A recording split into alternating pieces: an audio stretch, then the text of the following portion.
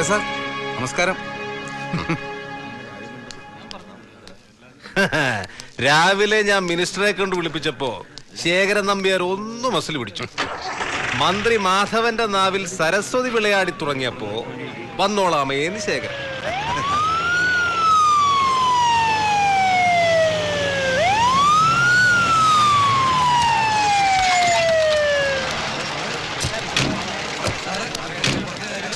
പോയിടാവുന്നു. ഇതെന്തോ എല്ലാവരും ചുറ്റും കൂടി നിൽക്കുന്നത്? ഇതെന്തോന്ന് വെള്ളേ വെള്ളേ ഉജാലയുടെ പരസ്യ? ഓ, ഭരണം കിട്ടിയപ്പം പറ പ്രവർത്തകന്മാർ ഇറങ്ങിയിരിക്കുന്നു. പോയിടാ അവിടുന്ന്. ശിവദാസ, ശേഖരൻ നമ്പ്യാർ വന്നോടെ? എത്തി.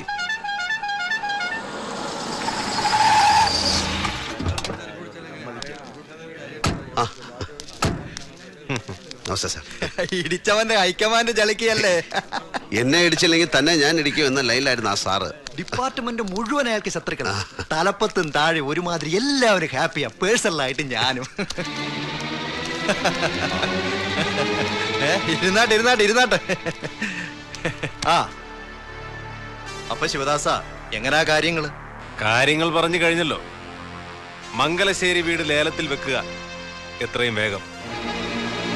ബാങ്ക് ലീഗൽ അഡ്വൈസറുമായിട്ട് ചർച്ച നടത്തിയപ്പോ ലേലത്തിൽ വെച്ചുള്ളൊന്നും നിയമമൊന്നും ഇല്ലെന്നാ പറഞ്ഞത്. ബാങ്കിന് പിരിഞ്ഞു കിട്ടേണ്ട തുക പ്രോപ്പർട്ടി ആർക്ക് വേണമെങ്കിലും വിറ്റ് വസൂലാക്കാം. അത് നിയമം. അത് കള. ലേലത്തിൽ വെക്കേണ്ട നിയമം വേറെ പറയുന്നില്ലല്ലോ. കൂടുതൽ വകുപ്പ് നോക്കാതിരിക്കുകയാണ് എല്ലാവർക്കും നല്ലത്. ഇത് ഞാനും മാധവൻ സാറും ഇൻവോൾവ് ആയ കേസാണ്. ഞങ്ങൾ പറയുന്ന പ്രപ്പോസൽ അംഗീകരിച്ചാൽ മതി. മാധവൻ സാറിനെ ധിക്കരിച്ചുകൊണ്ട് ഞങ്ങൾ ഒന്നും ചെയ്യില്ല. പിന്നെ എന്നെയാണോ അവഗണിക്കാൻ പോകുന്നത്? ഭയക്കണം കേട്ടോ. നിങ്ങളുടെ കൈകൊണ്ട് എന്റെ അച്ഛൻ മരിക്കുമ്പോൾ എനിക്ക് എന്റെ അമ്മയുടെ വയറ്റിൽ 3 മാസമാണ് പ്രായം. പിന്നെ ഒന്നിനെക്കോണം വളർന്ന കാലം. ഒരു കൊച്ചു പിച്ചാത്തി കിടക്കപ്പാടടിയിൽ സൂക്ഷിച്ചു വെച്ച് ഉറങ്ങാ നേരം വെളുപ്പിച്ച കുട്ടിക്കാലം മുഴുവൻ നിങ്ങളെ എങ്ങനെ കൊല്ലാം എന്ന് മാത്രമാണ് ഞാൻ ചിന്തിച്ചത്. ആ പിച്ചാത്തി എന്റെ കയ്യിൽ നിന്ന് വാങ്ങി വലിച്ചെറിഞ്ഞ് ജീവിക്കാനും ജീവിച്ചു വിജയിക്കാനും എന്നെ പഠിപ്പിച്ച മംഗലശ്ശേരി നീലകണ്ഠൻ എന്ന വലിയ മനുഷ്യന് വേണ്ടി എനിക്ക് എന്തെങ്കിലും പ്രത്യുപകാരം ചെയ്യാൻ കിട്ടിയ സന്ദർഭമാണിത്. ഞാനത് ചെയ്യും. ശിവദാസ, ഒരു ചോദ്യമേ നമുക്കുള്ളൂ. അതിന്റെ ഉത്തരം 2 ആയാലും അത് പറഞ്ഞിട്ട് ഇവർക്ക് പോകാം. എന്റെ ഞരമ്പിലൂടെ ഓടുന്ന രക്തത്തിന്റെ ശുദ്ധിയിൽ എനിക്ക് സംശയമില്ലാത്തിടത്തോളം ഇവരുടെ ഉത്തരം എന്ത് തന്നെയായിരുന്നാലും വിഷയമാവില്ല. ഞാൻ ആഗ്രഹിക്കുന്ന എനിക്ക് കിട്ടും, വാങ്ങും. ഞാൻ കൊടുക്കേണ്ടി വരുന്നത് പണമോ പൊന്നോ, ഈ നിൽക്കുന്നതിൽ ഒരുത്തന്റെ പ്രാണനായാലും കൊടുക്കേണ്ടടുത്ത് കൊടുത്തിട്ട് വാങ്ങിയിരിക്കും ഞാൻ. നമ്പ്യാരെ, അപ്പോ ലേലത്തീയതി ഉടനെ ഡിക്ലെയർ ചെയ്യുകയല്ലേ? ചെയ്യാം. എങ്കിൽ വേഗം സ്ഥലം വിട്ടോ, എനിക്ക് വേറെ ചില പണികളുണ്ട്. രാജേന്ദ്ര,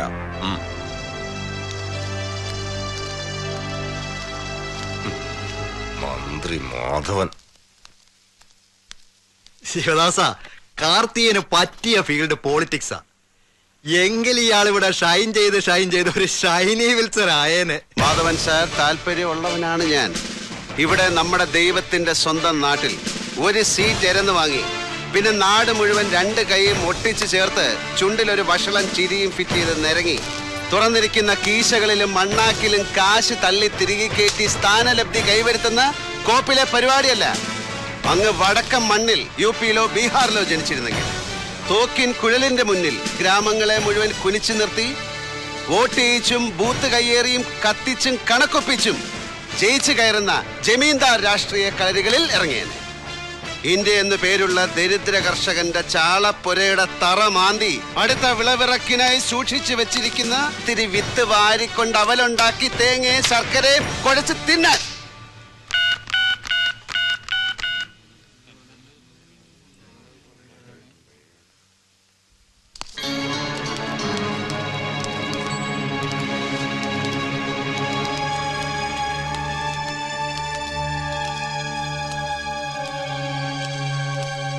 ശേഖരൻ നമ്പ്യാരാൻ കമ്പനി എത്തിയിട്ടുണ്ട്.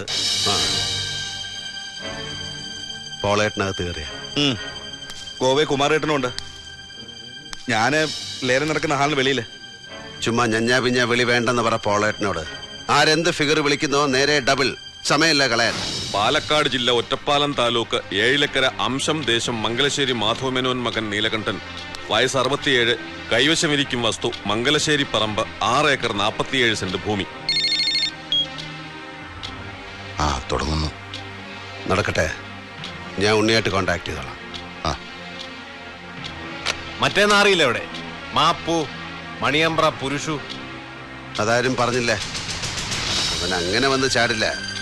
മറ്റേ ദുബായ് ഇഷ്യൂ ഉണ്ണി കണ്ടാ കുത്തിന് പിടിക്കുന്നറിയാം. CK ടെമ്പേഴ്സിന് മൊയ്തു ഹാജി 20 വിളിച്ചു. ശേഖരൻ നമ്പ്യാർ 5 കൂട്ടി. നമ്മളോ 40 ലക്ഷം. ശേഖരൻ നമ്പ്യാർ 10 കൂട്ടി. പോളേട്ടൻ ജമ്പ് ചെയ്ത് 60. ഇനി ആരും മേലെ പോവില്ല. 60 ലക്ഷം ഉറപ്പിക്കാൻ പോകുന്നു.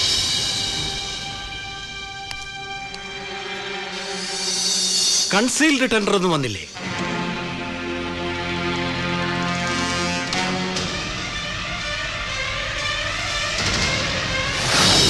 ഒരു കൺസീൽഡ് ടെൻഡർ ഉണ്ട്, അതുകൂടി നോക്കട്ടെ എന്ന് ബാങ്കിന്റെ ആൾക്കാർ അനുവാദം ചോദിക്കുന്നു. കൺസീൽ ടെൻഡറിലെ ഫിഗർ ഇതിലും കൂടുതലാണെങ്കിൽ? എന്താ കാർത്തികേയ പറയുന്നത്? 60 ലക്ഷത്തിന് മേലെ കൺസീൽഡ് ടെൻഡറിൽ വരാൻ എന്താ ചാൻസ് ഉള്ളത്? ശരിയായ വിലയുടെ ഇരട്ടിക്കാണ് നമ്മളിപ്പോ നിൽക്കുന്നത്.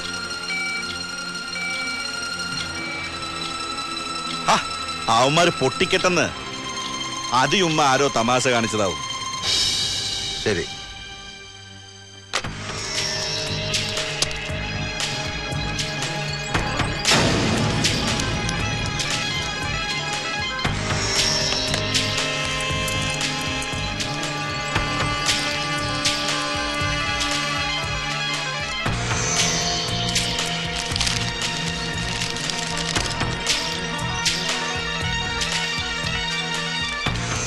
മണിയമ്പ്ര രാഘവൻ മകൻ പുരുഷോത്തമൻ സമർപ്പിച്ചിരിക്കുന്ന ഈ കൺസെയിൽ ടെൻഡറിൽ 60,10,000 രൂപയാണ് കാണിച്ചിരിക്കുന്നത്. സോ ലേലം ആ തുകയ്ക്ക് മിസ്റ്റർ പുരുഷോത്തമൻ ഉറപ്പിക്കേണ്ടി വരും. അതെങ്ങനെ ഉറപ്പിക്കാൻ പറ്റും? കൺസീൽ ടെൻഡർ അല്ലേ? ഇത് തന്നെ കൺസീൽ ടെൻഡർ. എല്ലാവർക്കും കൺസീൽ ടെൻഡർ ഓപ്പൺ ടെൻഡർ. ഇതെന്തൊരു പരിപാടി?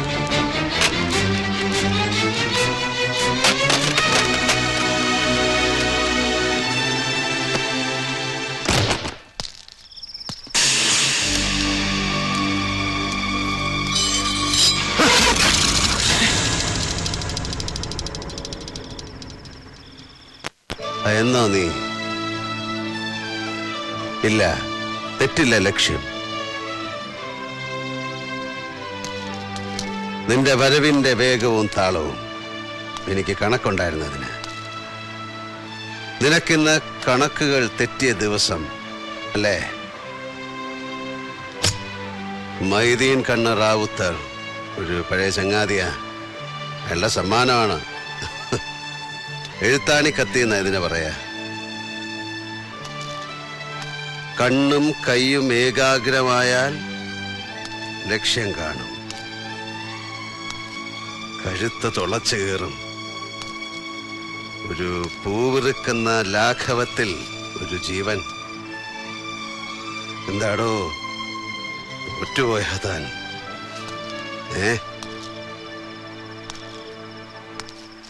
100ാം ക്ലാസ് ചെറ്റത്തരം കാട്ടും ശേഖരൻ. അതവന്റെ രക്തത്തിലുള്ളതാ. നീ തോൽക്കില്ലട മോനെ.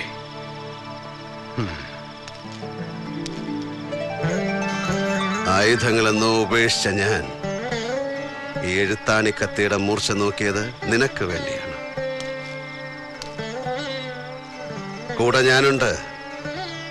പുതിയ യുദ്ധമുറകൾ അറിയില്ലെങ്കിലും ഒരു തേരാളിയായി കൂടെ നിൽക്കാം.